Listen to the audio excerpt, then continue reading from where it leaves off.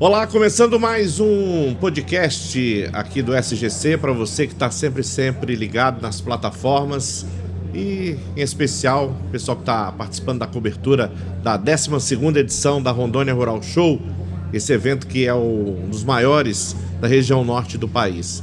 E recebendo hoje aqui no nosso podcast o empresário, ex-prefeito e presidente da ARON, Associação Rondoniense dos Municípios, Wildon Chaves, que está prestigiando esse evento.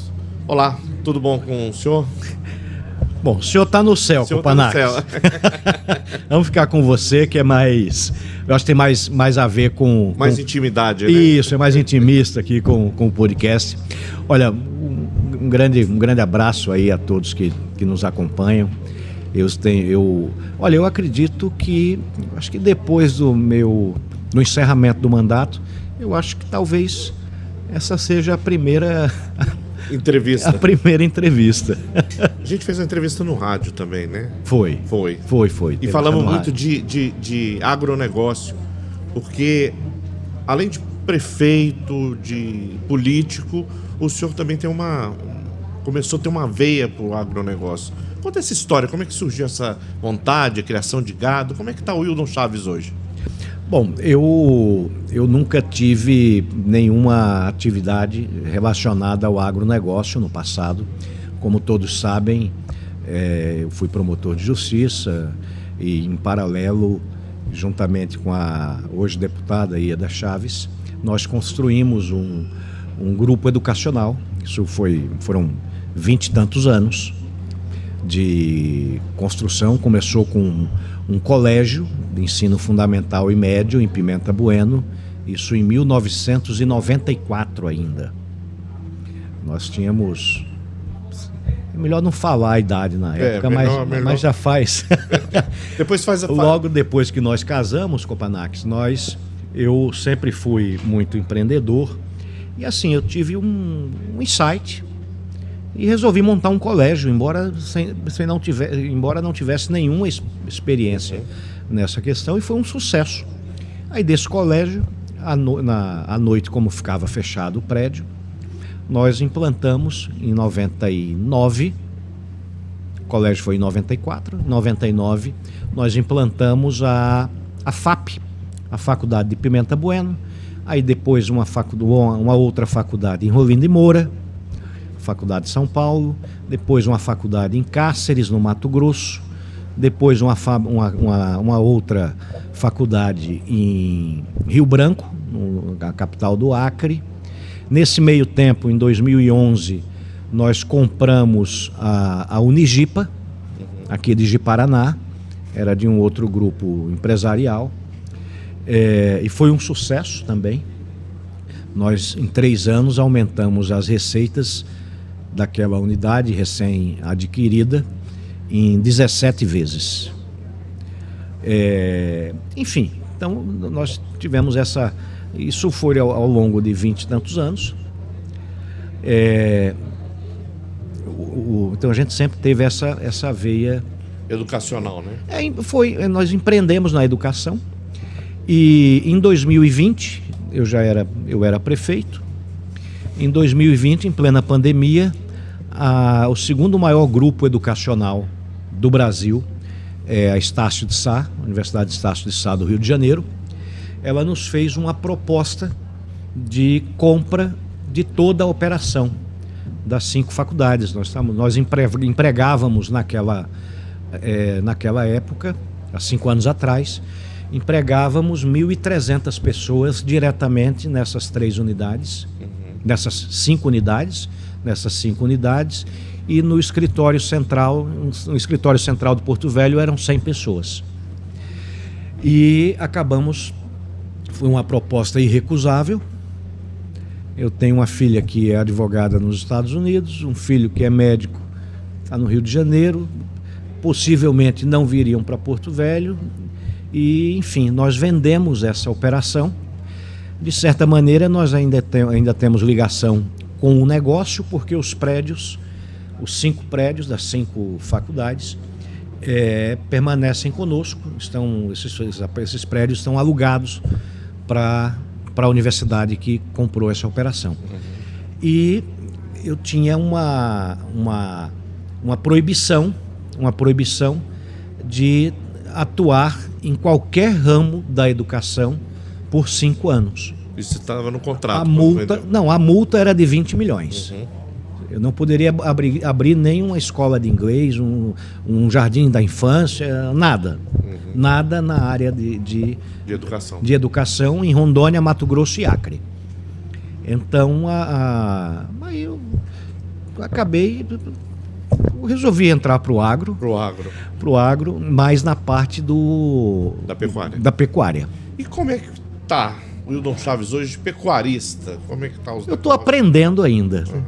Olha, antes da aquisição da fazenda, eu te confesso que eu não sabia qual era se era... Eu tinha certeza que as vacas não tinham chifre e os bois que tinham chifre, para você ter uma ideia.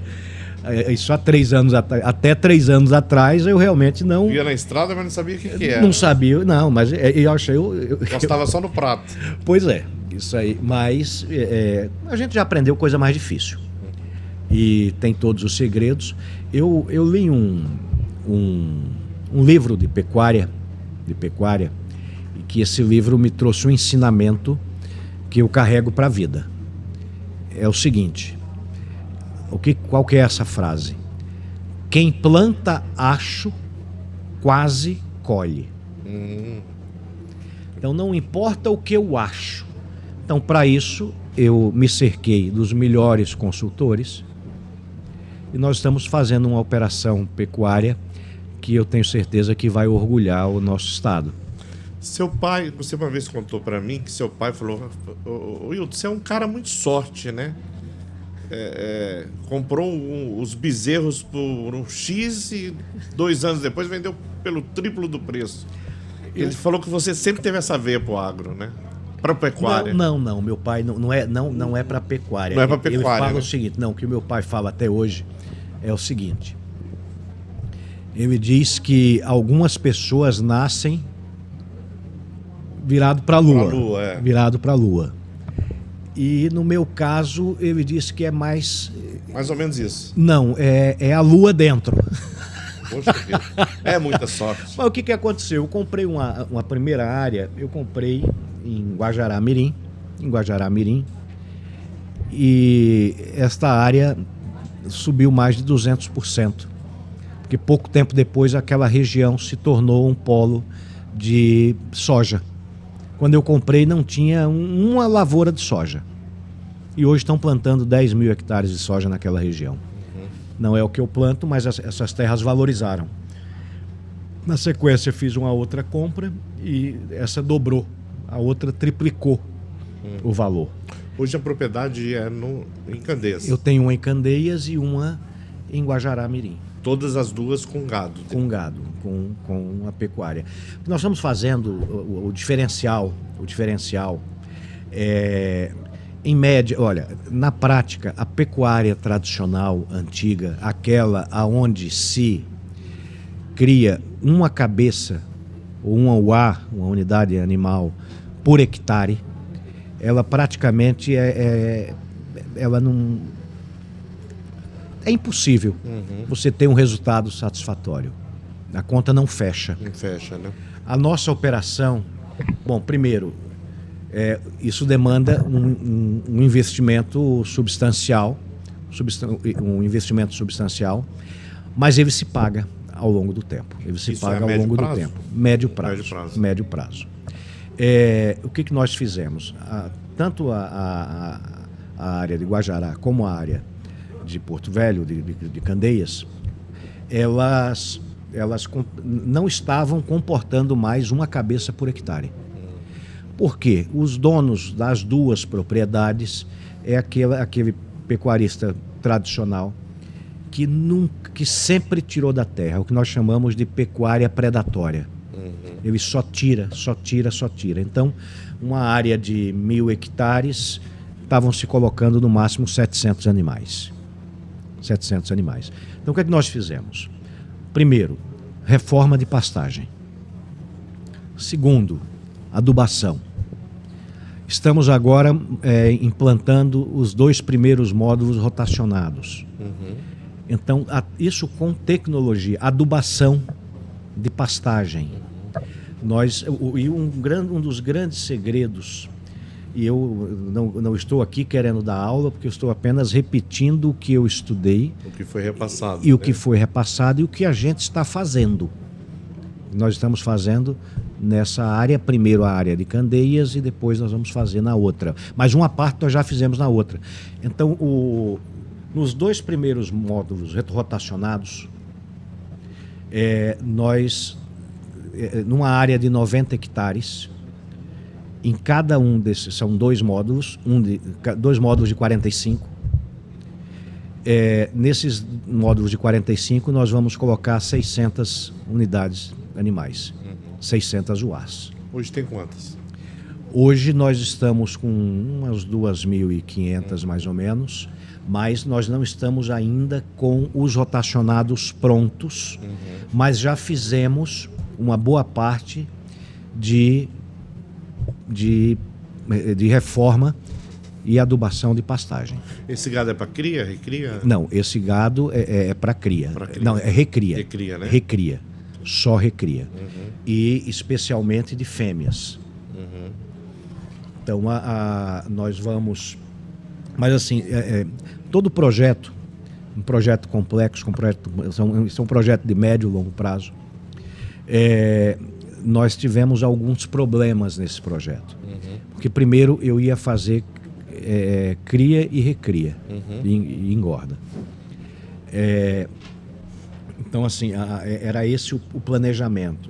Então, inseminamos, eu devo ter umas 200, 300 vacas, umas 300, 400 que estão prenhas ou estão com o bezerro no pé.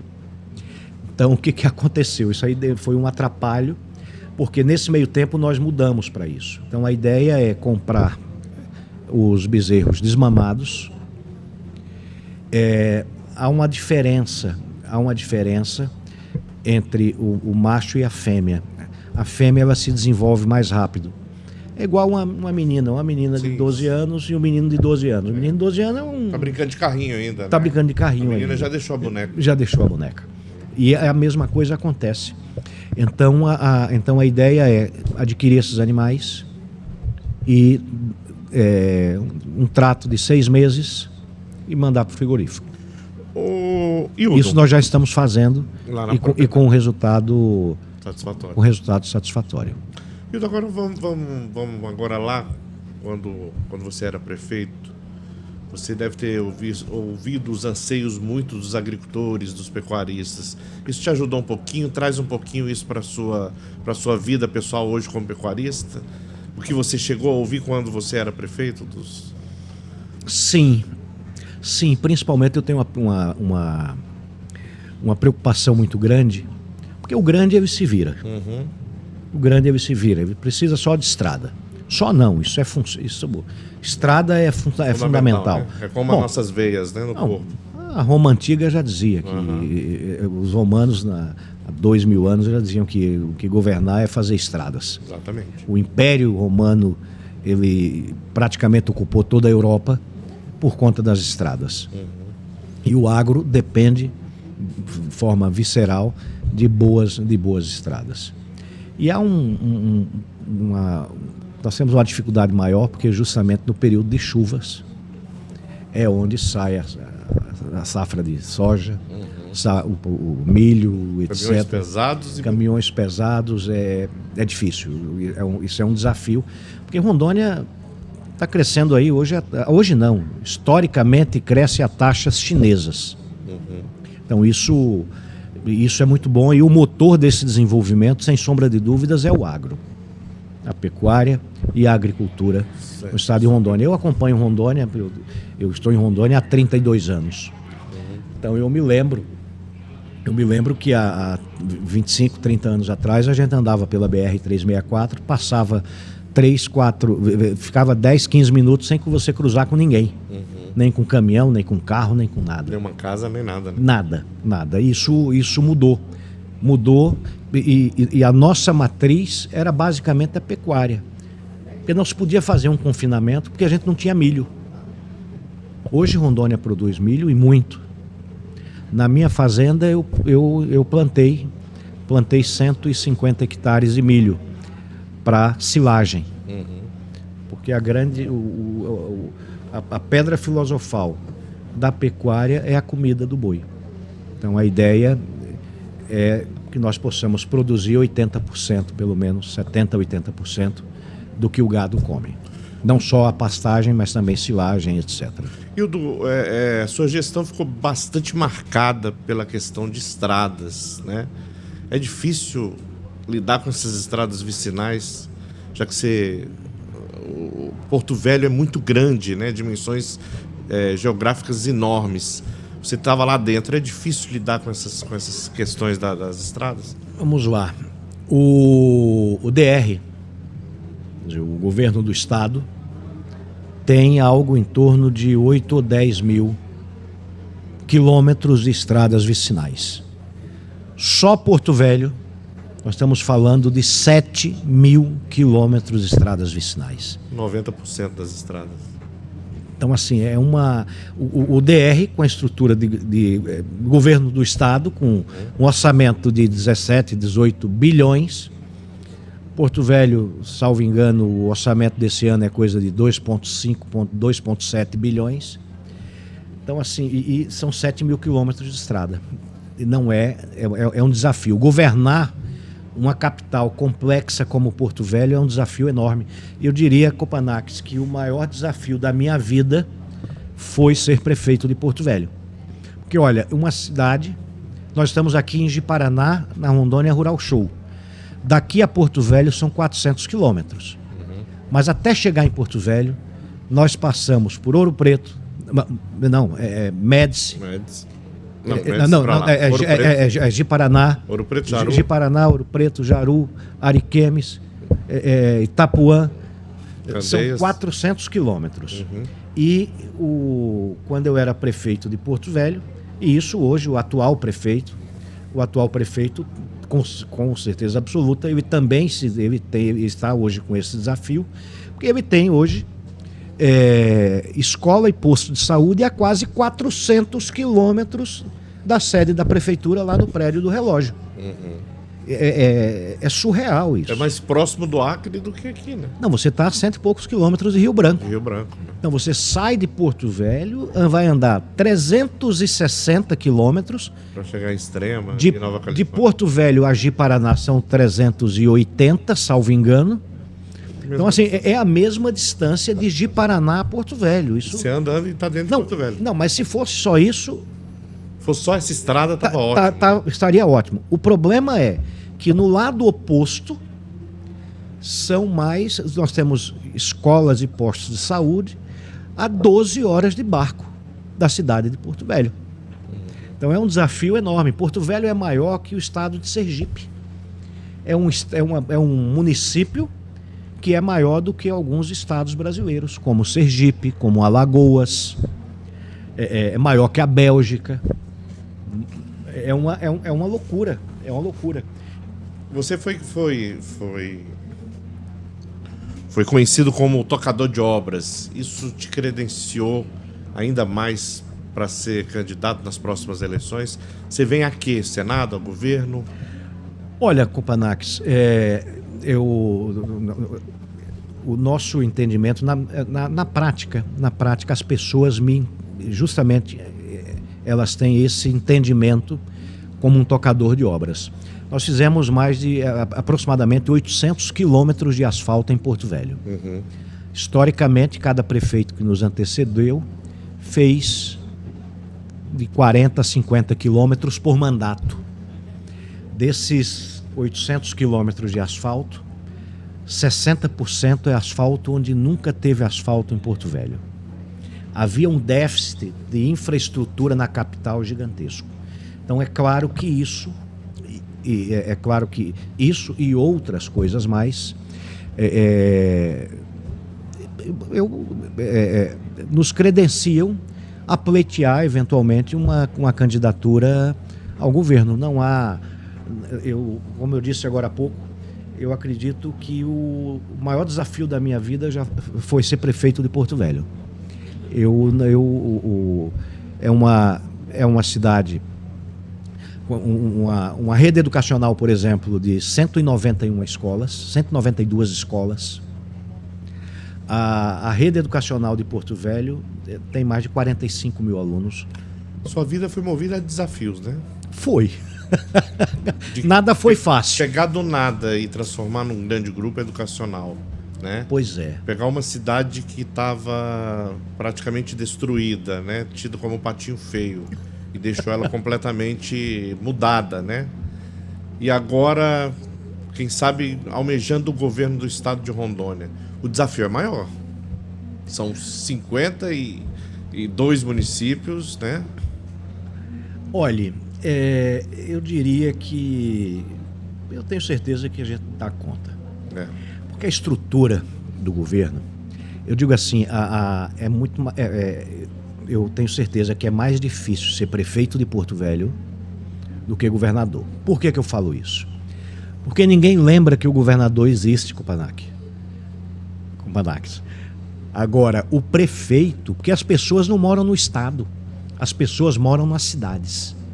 Então, é por isso que essa proximidade do prefeito. Então, mas os desafios são muito grandes também. Eu acredito que a minha experiência no Ministério Público, ela me trouxe um pouco de cancha no aspecto jurídico daquilo que pode, do que não pode e do que não deve ser feito. Uhum.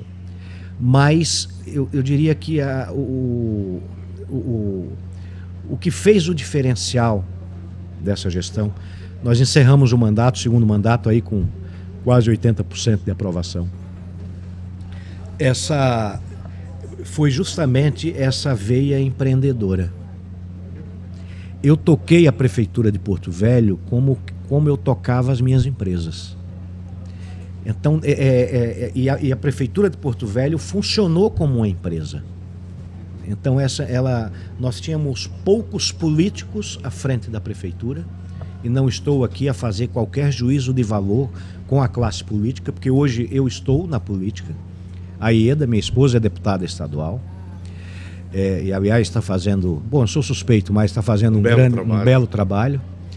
Então, assim, mas e a Ieda é empreendedora também.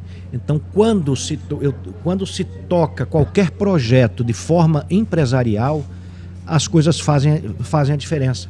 Então, mas como é que você conseguiu fazer 800 quilômetros de asfalto? 90% por execução direta, Kopanax. Uhum. Então nós tínhamos lá os servidores, então isso eu já tirava da conta. Trabalhando ou não trabalhando, ia ter que ser pago do jeito. Teria que ser pago do mesmo jeito. 1 quilômetro de asfalto a mercado custa aí de 1,5 milhão a 2,5 milhões, que vai depender das dificuldades, etc. Mas o que a gente fazia, como eu tinha os equipamentos, tinha as máquinas, tinha a mão de obra, os servidores, os trabalhadores. Comprava os insumos diretamente do fabricante e em grande volume. Então eu fazia o quilômetro de asfalto que sairia de 1,5 milhão a 2,5 milhões, o meu ficava de 500 mil a 800 mil, 900 mil no máximo. Diferença, hein? Então isso faz a diferença. Uhum. Então os prédios das nossas faculdades nós construímos todos por execução direta. Então essa experiência nós trouxemos. Eu não acredito que talvez isso seja possível num estado como o estado de Rondônia, que é apenas 10% menor que o estado de São Paulo. Uhum. Então, assim, não sei se isso... E cada município tem as suas particularidades. As suas particularidades, as suas peculiaridades. Eu entendo, eu acredito que um governador que tenha sido prefeito, ele tem um diferencial muito grande. Uhum. Porque ele sabe os problemas, sabe onde o calo aperta que é lá na ponta. E principalmente os prefeitos de cidades menores. O prefeito de cidade menor, eu encontrei ontem aqui na Rural Show um prefeito de um pequeno município do estado de Rondônia. E ele disse, olha, eles me chamam de prefeito ainda, né? Fala, ô Hildon, quando falta dinheiro no caixa eletrônico do Banco do Brasil, o cara vai bater na minha porta. Porque quanto menor a cidade, maior a proximidade do prefeito. Então não se torna um paizão, né? Então por isso é um remédio, por isso que é importante, por isso que não que seja importante, não é isso. Com todo respeito a outros governadores que não foram prefeitos, mas vamos lá, ó. Jerônimo Santana foi prefeito de Porto Velho. Aí depois do Jerônimo veio como é o nome dele? Eu me esqueci. O que era médico? Veio o Raup? Não, antes do Raup. Não, o Vitor Sadek não. Sadek não foi prefeito, não. O Chiquilito? Não, antes, não. Estou falando dos governadores. Dos governadores, né? O Jerônimo Santana. Jerônimo Santana, Piana. Aí o Piana não foi. Jerônimo Santana foi prefeito. Aí Raup foi prefeito. Confúcio. Bianco foi prefeito. Confúcio foi prefeito. Cassol foi prefeito. Então, então é um caminho natural. É um caminho natural. É como se fosse uma escada, né? Eu acho que é um caminho natural. Um caminho natural. Eu acho que os bons prefeitos, os prefeitos bem avaliados, têm mais condições, com todo respeito a outros que não tenham sido prefeitos. Não estou aqui a dizer que isso é uma questão sine qua non. Não é. Mas facilita. Hoje você está à frente da ARON, né? Associação Rondoniense dos Municípios. Está ligado diretamente a todos os prefeitos, né? Os prefeitos. Tivemos aí a questão de uma suspensão de uma eleição. Como é que está esse imbróglio todo? Como é que ficou? Não, na verdade, Copanax, houve uma movimentação política de outro grupo político, mas nada com relação a ARON propriamente dito. Então, na verdade, era não chega a 12, uns 6 ou 8 prefeitos dos municípios, de alguns municípios bem pequenos. Bem pequenos. Os municípios maiores não entram nessa questão.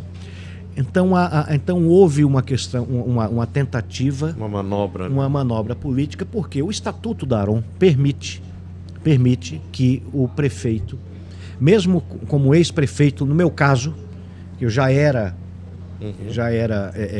presidente da ARON, que ele continue no cargo até o término do mandato. Então vieram com uma tese nesse sentido e querendo fazer uma eleição às pressas. Era um golpe. Eu judicializei essa questão. Então eles criaram uma situação. Isso foi judicializado e nós estamos preparando agora. Sim, aí nesse meio tempo nós estamos fazendo uma auditoria na ARON, para que contratamos a FIA. A FIA é uma das fundações da Universidade de São Paulo.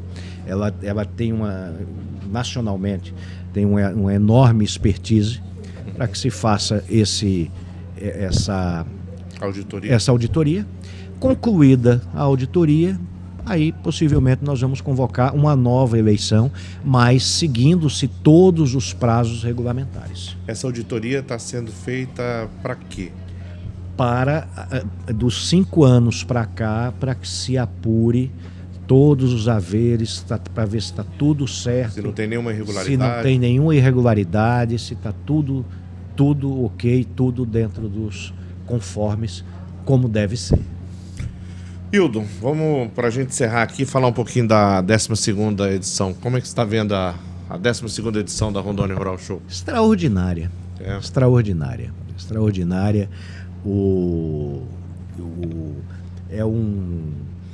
Olha, é o maior evento do agro na região norte do Brasil.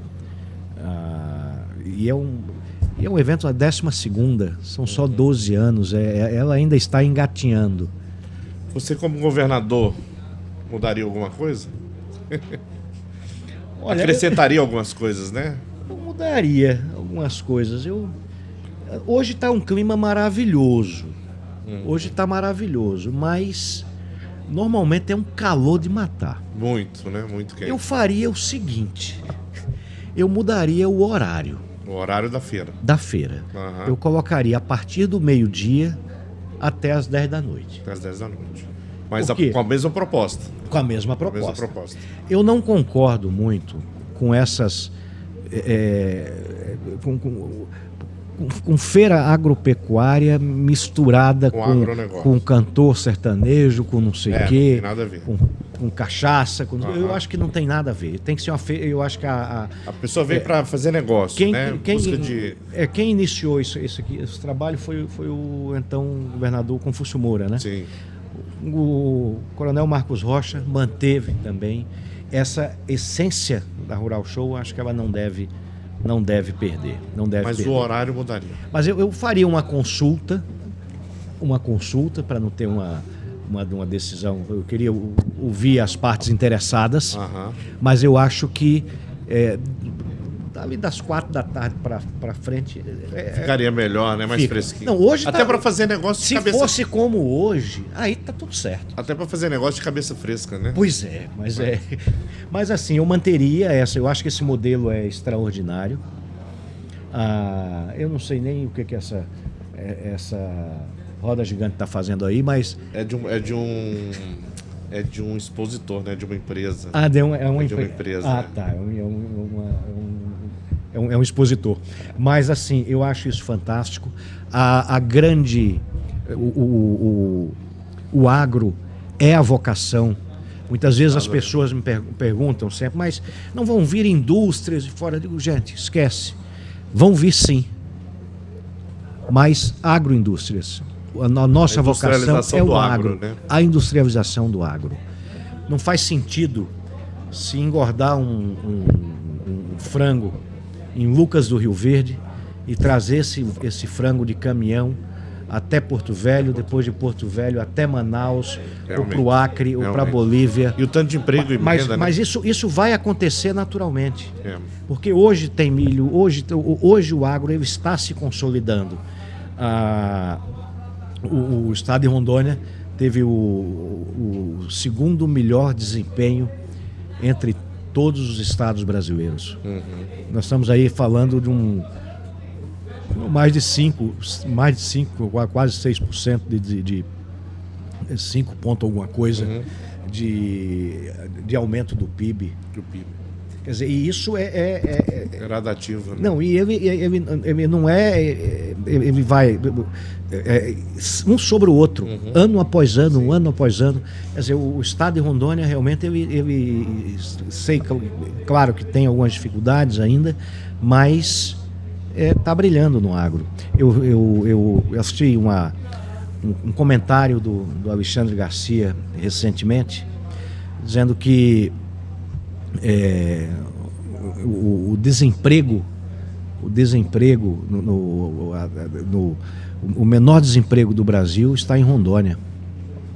Rondônia brilhando no agro. Então, em primeiro lugar, Rondônia. Então, isso é fantástico, é fabuloso. Eu quero um sonho, muitos não acreditavam. Nós temos desafios enormes ainda na questão fundiária, na regularização fundiária. Num bate-papo, inclusive eu faço até uma sugestão, quando você puder, faça um bate-papo com o Amir Lando. O Amir Lando é uma cabeça extraordinária. Eu tive uma conversa longa com o Amir, e o Amir me falou naquela época, e o Amir veio do INCRA. Então ele esteve no nascedouro do nosso estado de Rondônia. Exatamente. E houve um erro na arrecadação das terras que deveriam ter sido arrecadadas pelo Estado. Quando eu me refiro à arrecadação de terras públicas, é que quando foi criado o Estado de Rondônia, os governantes daquela época não se atentaram para a importância das terras que eram da União passarem para o Estado de Rondônia. Então nós temos problemas seríssimos, principalmente na região de Porto Velho. Muitos. Muito problema de regularização fundiária. Então, mas são terras da União. Quer dizer, enfim, mas isso cria problemas de toda sorte. Olha, quando alguém se apropria de uma terra devoluta, de uma terra da União, e ele não tem o documento dessa terra, ele não faz nada. Ele não faz nada. Ela não é de ninguém. Agora, se ele tem o documento... E está lá há tanto tempo. Há tanto tempo. Então, isso é uma questão que tem que ser regularizada. Porque o que acontece? Olha, deixa eu te falar. Eu estava num evento na sede nacional do INCRA,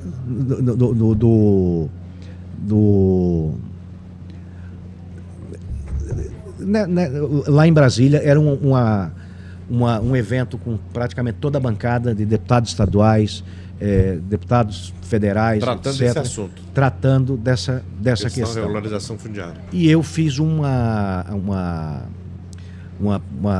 ao presidente, fiz uma pergunta ao presidente: qual seria